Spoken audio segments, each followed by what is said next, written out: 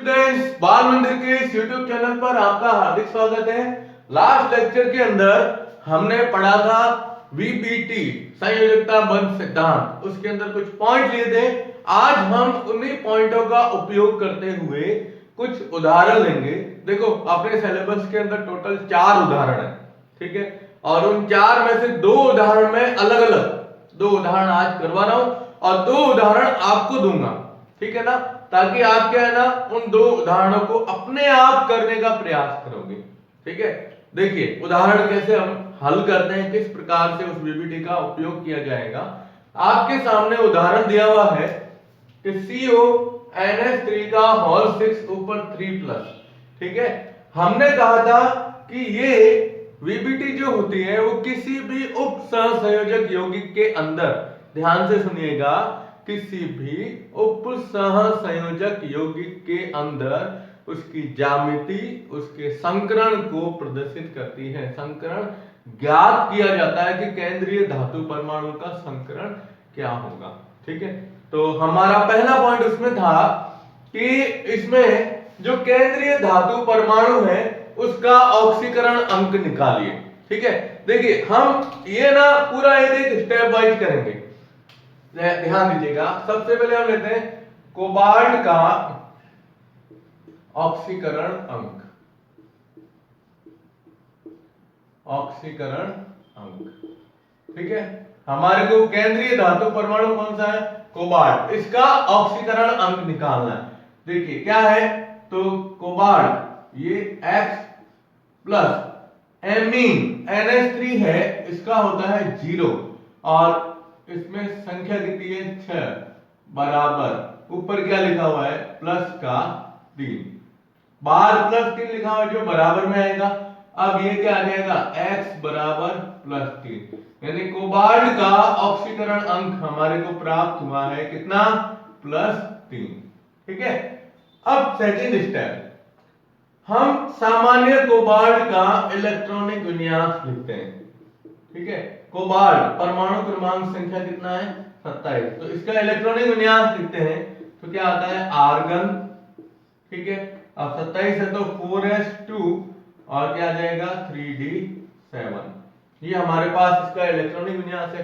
फिर उसमें नियम दिया था कि ऑक्सीकरण अवस्था के अनुसार, है ना, ऑक्सीकरण अवस्था के अनुसार केंद्रीय धातु परमाणु इसमें क्या करता है? रिक्त कक्षकों की उपलब्धि करवाता है। ठीक है, तो अब आप लिखोगे CO3+ का इलेक्ट्रॉनिक विन्यास क्या आएगा?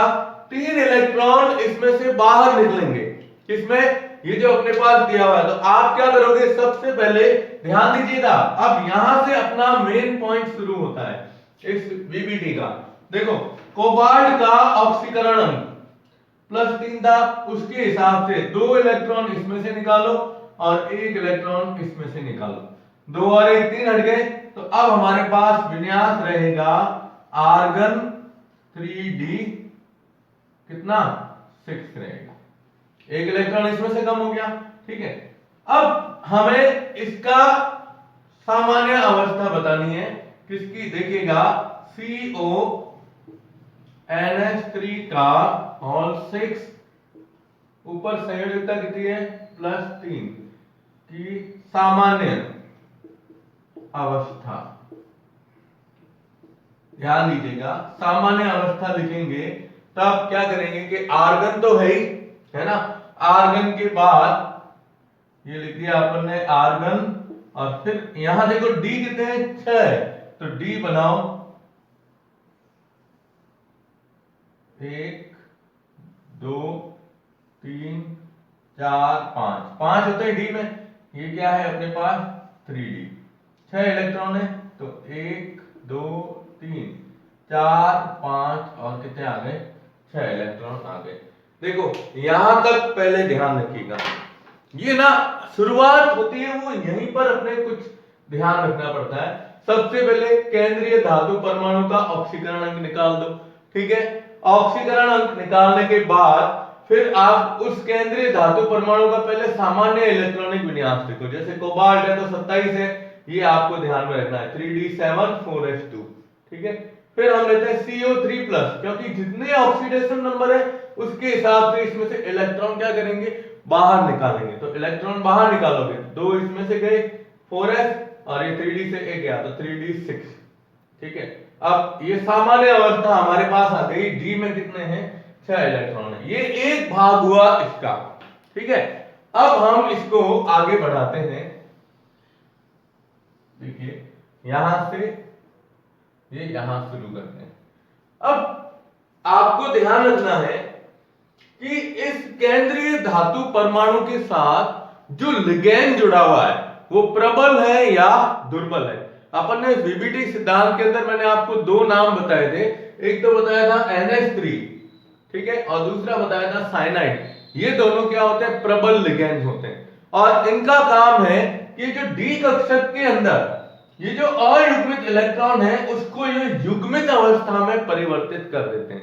क्या कर देते हैं, युग्मित अवस्था में परिवर्तित कर देंगे। देखो कैसे करते हैं, तो अब हम यहां लिखते हैं कि अमोनिया एक प्रबल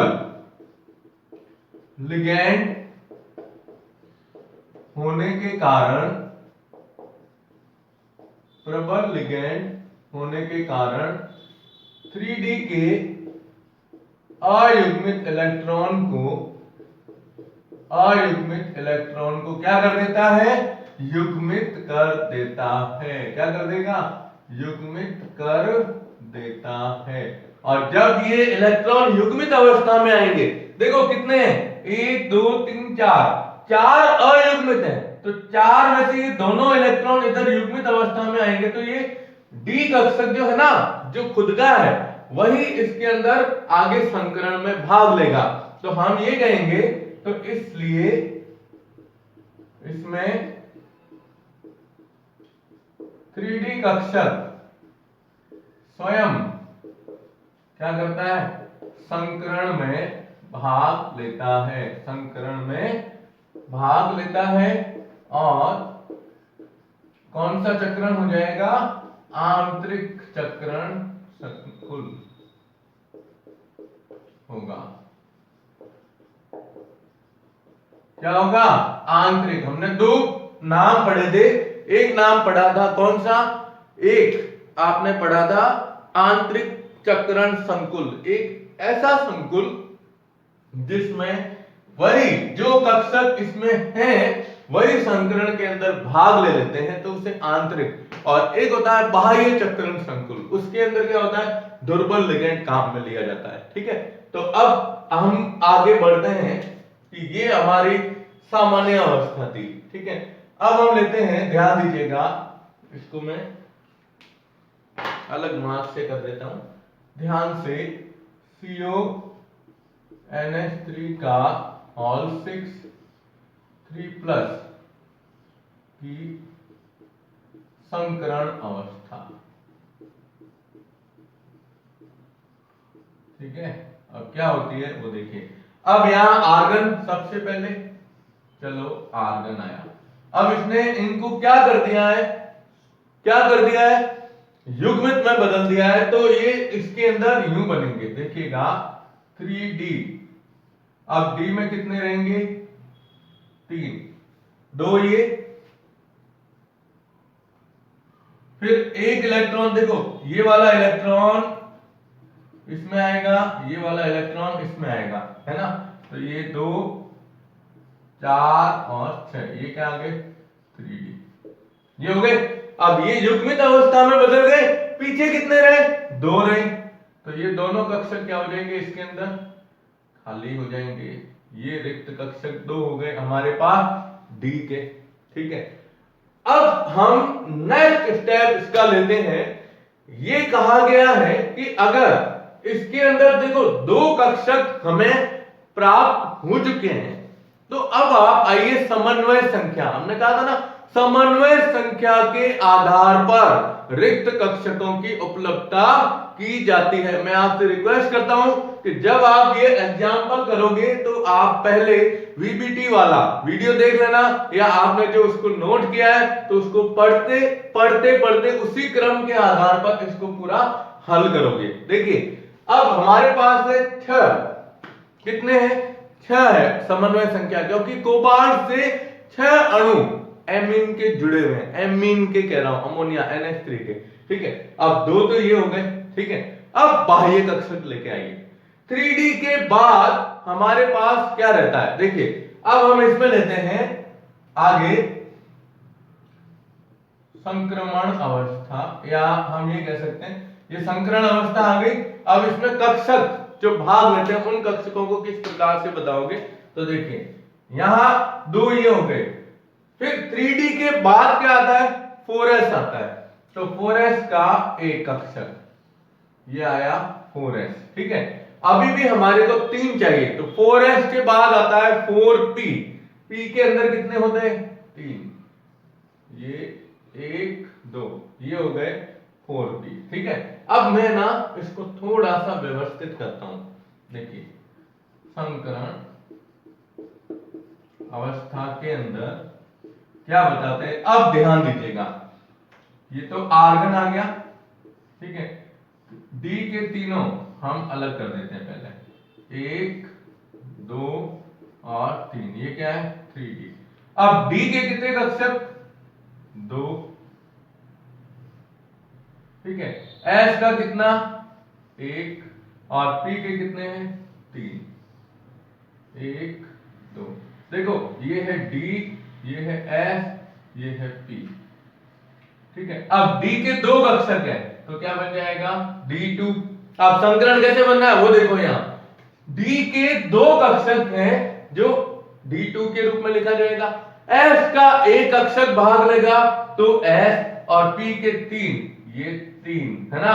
अब इसमें संकरण क्या बनेगा, संकरण बनेगा D2sp3, क्या बनेगा D2sp3। अब देखो, अब मेन हमारे पास ये दिया है ना, अब इसको आप लेते हैं कि CONH3 का होल 6 3+। आप इसको कैसे लिखेंगे, ये आप लिखोगे इसमें ध्यान से कि ये तो आ गए अपने स्थिति पे आर्गन, और क्या आया डी के अंदर 1 2 3 4, और ये आ गया 5 6, ये तो 3D है। अब इन सबको एक साथ जोड़ दो, कितने हैं 1 2 3 4 5 और 6। देखो ये डी, ये डी, ये एस, ये पी और ये पी। अब ये 6 कक्षक हमें प्राप्त हुए हैं, हमने इससे प्राप्त किए हैं, और 6 के 6 इस अमोनिया के साथ में उप सहसंयोजक बंध का क्या करेंगे, निर्माण करेंगे। तो यहां से हम इसको यूं बताते हैं 1 2 3 4 5 और 6, इधर लिखेंगे NH3 NH3 NH3 NH3 NH3 और NH3। ठीक है, ये बंध बनाएंगे इसके अंदर, और जब बंध बनेगा तो हम इसे इसी प्रकार से क्या करते हैं आगे प्रदर्शित करेंगे। अब कैसे प्रदर्शित करोगे आप, तो इसके साथ में क्या करेंगे कि ये जो NH3 है ये यहां पर एक बंध इसके साथ, ये सॉरी नाइट्रोजन से बनाएंगे, N से, ये भी N से, ये N, ये N, ये N और ये N। इस तरह से ये पूरा एक उदाहरण हमें प्राप्त होता है। अवस्था देखिए आप, संकरण बन रहा है D2sp3, क्या बन रहा है D2sp3 बन रहा है। और अब हम इसमें बताएंगे कि इसकी प्रकृति चुंबकीय है या नहीं है। तो सीधा अपन को पता है कि जब D कक्षक के अंदर एक भी अयुग्मित इलेक्ट्रॉन उपस्थित होता है तो वहां चुंबकीय गुण दर्शाता है, लेकिन इसके अंदर D कक्षक के अंदर एक भी अयुग्मित इलेक्ट्रॉन नहीं है, सारे के सारे क्या है युग्मित अवस्था में। तो इसकी प्रकृति कैसी होगी, प्रतिचुंबकीय प्रकृति दर्शाएगा। कौन सी, प्रतिचुंबकीय प्रकृति। ठीक है, और आप देखो इसमें कितने हैं अमोनिया, 6 है, तो 6 के हिसाब से इसकी आकृति जो बनेगी, आकृति वो कौन सी बनेगी? अष्टफलकीय संरचना बनती है। आपको विशेष तौर पे यहां से शुरुआत करनी है, लेकिन यहां से शुरुआत कब होगी? जब आप यहां पर इसको सही करोगे तो। अब अष्टफलकीय संरचना है, बना सकते हो ना ये। अब इसमें क्या लिखेंगे? देखो, कोबाल्ट 1 2 3 4, ये NH3, ये NH3, ये NH3 और ये NH3, और एक इधर एक इधर, ये NH3 और ये NH3। ये क्या है? अष्टफलकीय। कौन सी? अष्टफलकीय संरचना। ये यहां पर मैंने इसकी आकृति बतानी, ठीक है ना? तो देखो आप, ये आपको क्या देगा सवाल, वो सुनिए ध्यान से। सवाल ये देगा कि ये एक सूत्र दे देंगे, ठीक है? ये सूत्र देने के बाद आपको कहेंगे कि इसकी VPT द्वारा, है ना, व्याख्या कीजिए कि ये यौगिक प्रतिचुंबकीय है या अनुचुंबकीय है। तो आपको पहले ऑक्सीडेशन नंबर निकालनी पड़ेगी। ऑक्सीडेशन नंबर निकालने के बाद इसकी सामान्य अवस्था देखोगे, फिर सेकंड भाग बताओगे। सेकंड भाग में बताओगे कि अमोनिया एक प्रबल लिगेंड है। क्या है? प्रबल लिगेंड, जो इन डी कक्षक के इलेक्ट्रॉन को क्या करता है? युग्मित कर देगा। जब युग्मित करेगा तो डी कक्षक के भी इसमें संकरण के अंदर भाग लेंगे। तो दो ये हो गए। फिर आगे अपन रिक्त कक्षक लेते हैं कि इसमें समन्वय संख्या कितनी है, उसके आधार पर रिक्त कक्षकों का उपयोग किया जाता है। अब दो इसके आगे एक है, क्योंकि एक कक्षक में 2 इलेक्ट्रॉन होते हैं, उप कक्षक में, तो उप कक्षक के हिसाब से ये 2 2 2 आपको बता देंगे। इस तरह से ये पूरा एक सवाल आता है 2 नंबर का। ये हमारा पहला उदाहरण है जिसमें बताया गया है लिगेंड कौन सा है? प्रबल है, ठीक है? और सेकंड उदाहरण में आपको बता रहा हूं जिसके अंदर लिगेंड आएगा वो दुर्बल लिगेंड आएगा, ठीक है? तो आप इसका स्क्रीनशॉट ले लो। ओके, ये अब आपके सामने दूसरा उदाहरण दिया हुआ है NiCl4, है ना, टेट्रा क्लोरो निकलेट। क्या नाम आएगा? निकलेट। अब हमें इसमें बताना है कि ये अनुचुंबकीय होगा, प्रतिचुंबकीय होगा, या इसका संकरण किस तरह से निकालेंगे, ठीक है? तो इसके लिए हम सबसे पहले क्या करते हैं, इसमें निकल धातु जो है उसका ऑक्सीडेशन नंबर निकालते हैं। अब हम स्पीड रखेंगे, ध्यान दीजिएगा। सबसे पहले निकल का ऑक्सीकरण अंक, ठीक है? अब निकल का ऑक्सीकरण अंक निकालना है तो X प्लस इसकी संयोजकता -1 इंटू 4 बराबर, अब ऊपर क्या लिखा हुआ है? -2। तो x -4 बराबर -2, तो x बराबर क्या हो जाएगा? -2 + 4, यानी कितनी आई? +2। पहला काम ये कर दिया हमने, पहला ऑक्सीकरण अंक निकाला। फिर निकल का इलेक्ट्रॉनिक विन्यास। अब निकल है, निकल धातु का परमाणु क्रमांक 28, तो क्या लिखेंगे? आर्गन, ठीक है, 4s2 और 3d, क्या लिखेंगे? 8 आएगा। यही होता है 28 नंबर। अब आप Ni2+ का इलेक्ट्रॉनिक विन्यास लिखिए। अब देखो, अब हमें यहां ध्यान रखना है, Ni2+, 2 है ना, तो ये 2 इलेक्ट्रॉन कौन से निकल गए? 4s से इलेक्ट्रॉन निकलते ही ये आ जाएगा आर्गन 3d, क्या आ जाएगा? 8 आ जाएगा, ठीक है? अब NiCl4 क्या लिखते हैं ऊपर? 2- की सामान्य अवस्था, ठीक है? अब देखो ये भाग वही है। अब यहां लिखते हैं Ar, और D है तो D के अंदर कितने होते हैं? 5, तो 1 2 3, इसको 5 को बताना है ना, ये 1 2 3 4 और 5, ये क्या है? 3d।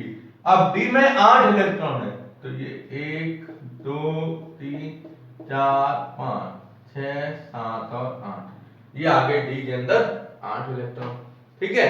अब ये निकल का हमने ये लिखा है सामान्य विन्यास। अब अपना यहां से जैसे उसमें था ना वैसे सेकंड पॉइंट मुख्य रूप। तो पहला स्टेप याद रखोगे, ऑक्सीकरण निकालो पहले, ठीक है, फिर ऑक्सीकरण के आधार पर विन्यास लिखो, फिर उसका आगे इस तरह से कक्षक बता दो, ठीक है।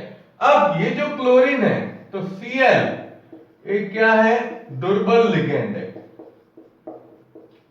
दुर्बल लिगेंड होने के कारण ये क्या करेगा, 3D के इलेक्ट्रॉन का युग्मन नहीं करता है। अब ये दुर्बल है तो ये इनको परिवर्तित नहीं करेगा, ठीक है ना, युग्मन नहीं करता, इस कारण इसमें बाह्य कक्षक भाग लेंगे। क्या लेंगे, बाह्य कक्षक भाग लेते हैं। तो इसमें क्या बनेगा, बाह्य चक्रण संकुल, बाह्य चक्रण संकुल बनता है, ठीक है ना। अब कैसे बनता है देखो आप, अब ये इनको भाग भी नहीं ले रहा है तो सीधी ये सामान्य अवस्था हो गई। अब संकरण अवस्था किसकी, NiCl4 2 माइनस की कौन सी अवस्था हुई, संकरण अवस्था। तो संकरण अवस्था में हम क्या करेंगे, सबसे पहले तो यही लिख दो आप, या फिर ये बता दो 3D 1 2 3 4 और 5, ये 3D। इसमें कितने 8 है, 2 4 6 7 और 8। अब ये कक्षक तो इसमें भाग नहीं ले रहा है, इसका मतलब हमें कौन से कक्षक लेने पड़ेंगे, बाह्य कक्षक लेने पड़ेंगे। तो कितने लेने हैं वो कहां से पता चलेगा, इसमें कितने समूह जुड़े हुए हैं वो, ठीक है। अब Cl4 है तो Cl4 है ना, तो 4 है तो 3D के बाद क्या आता है, तो के साथ 4s आता है, ठीक है, और 4s के बाद आता है 4p, तो ये आ जाएगा 4p। कितने होते हैं p में, 3, तो ये 4p। हमें टोटल कितने लेने हैं, इसमें 4 लेने हैं, है ना। तो देखो अब इसमें संकरण अवस्था में क्या बताओगे, सबसे पहले आर्गन, उसके बाद यही 1 2 3 4 5 6 7 और ये 8। अब ये तो आ गया 3D। अब इनको एक साथ लिखो चारों को, ये 1 2 3 और 4, एक S P P और P। अब संकरण क्या बनेगा, इसमें संकरण बनेगा sp3। कौन सा बनेगा, sp3 बनता है, और sp3 है। अब आप इसमें लिख सकते हो कि NiCl4 ऊपर क्या आएगा 2 माइनस बराबर, ये तो पूरा आ गया सेम आर्गन, ठीक है। फिर ये D के बता दो आप, 1 2 3 4 5 6 7 और ये 8, ये तो आ गया 3D। अब इसमें सभी कितने 4 है ना, 1 2 3, अब चारों लॉन पेयर के रूप में बता दो। और इसमें कौन जुड़ा हुआ है, तो के साथ Cl जुड़ा हुआ, ये इसके साथ बंद बता दिया, ठीक है। अब ये अपनी एक मेन पॉइंट यहां पर आ गया। अब इसके बाद हमें ये बताना है कि क्या ये अनुचुंबकीय है या नहीं है। तो देखो आप, डी कक्षक के अंदर अयुग्मित इलेक्ट्रॉन है, कौन से, ये वाले। तो देखो ये 2 अयुग्मित इलेक्ट्रॉन है 3D के अंदर, तो यहां लिखेंगे कि 3D में 2 अयुग्मित इलेक्ट्रॉन उपस्थित है, ठीक है। तो इसकी प्रकृति कौन सी हो जाएगी साहब, अनुचुंबकीय। कौन सी हो जाएगी, अनुचुंबकीय। और आकृति, आकृति कैसी होगी, sp3 संकरण है, तो sp3 के हिसाब से इसमें आकृति कौन सी होती है, चतुष्फलकीय। बढ़िया ना पहले, तो इसकी आकृति आ जाएगी चतुष्फलकीय। अब संरचना हमने पहले बताई थी, इसके हिसाब से तो चतुष्फलकीय में 1 2 3 और 4 होते हैं, फिर इसको यूं जोड़ा जाता है ना, यूं, ये इस तरह से। अब ये क्या है, Na, केंद्रीय धातु परमाणु, Na, इधर Cl, इधर Cl, इधर Cl और इधर Cl, ऊपर क्या आ जाएगा 2 माइनस के रूप में, उसमें भी ऊपर +3 लिख देना, ठीक है। तो ये हमारा सेकंड एग्जांपल है जिसमें ये बताया गया है कि लिगैंड दुर्बल है, तो दुर्बल लिगैंड इन डी कक्षक में से अयुग्मित इलेक्ट्रॉन को युग्मित अवस्था में नहीं परिवर्तित करता है। इसी कारण हम ये कह सकते हैं कि इसमें बाह्य कक्षक भाग लेंगे संकरण में, और जब बाह्य कक्षक भाग लेंगे तो इसको कहा जाता है बाह्य चक्रण संकुल के रूप में, ठीक है। तो आप इसका स्क्रीनशॉट ले लो। ओके, तो आज हमने मुख्य रूप से ये 2 उदाहरण लिए। अब मैं आपको 2 सवाल दे रहा हूं, अपने आप कीजिएगा ऐसे के ऐसे इसी पैटर्न में। पहले बता दूंगा कि लिगेंड प्रबल है या दुर्बल है। चलिए देखिए, ठीक है ना। चलो यहां पर ही बता रहा हूं, पहले स्क्रीनशॉट ले लो आप, सॉरी स्क्रीनशॉट ले लो इसका। ओके, अब आप इसका उदाहरण देखो। मैं आपको 2 एग्जांपल दे रहा हूं, ये एग्जांपल इसी पैटर्न में आपको करने हैं अपने आप।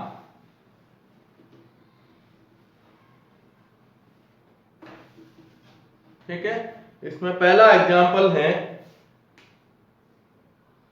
ये एग्जांपल सेल्फ और जरूरी है, ठीक है ना। ऐसा नहीं है कि नहीं करोगे, अनिवार्य। पहला COFe6 cobalt hexa fluoride, sorry hexa fluoro cobalt, ठीक है। अब इसके ऊपर है 3 माइनस है तो कोबाल्टेट हो जाएगा 1, और दूसरा है NiCN क्या दिया गया है 4, और ऊपर आया है आपके इसमें 2 माइनस, ठीक है। इन दोनों को आपको बताना है, ये है दुर्बल लिगेंड और ये है प्रबल लिगेंड, ठीक है। और क्या बताना है, दोनों की चुंबकीय प्रकृति और संकरण VBT द्वारा व्याख्या कीजिए।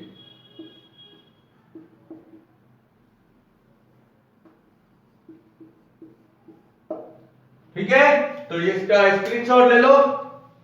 ओके, तो आज हमने यहां VBT पूरा किया।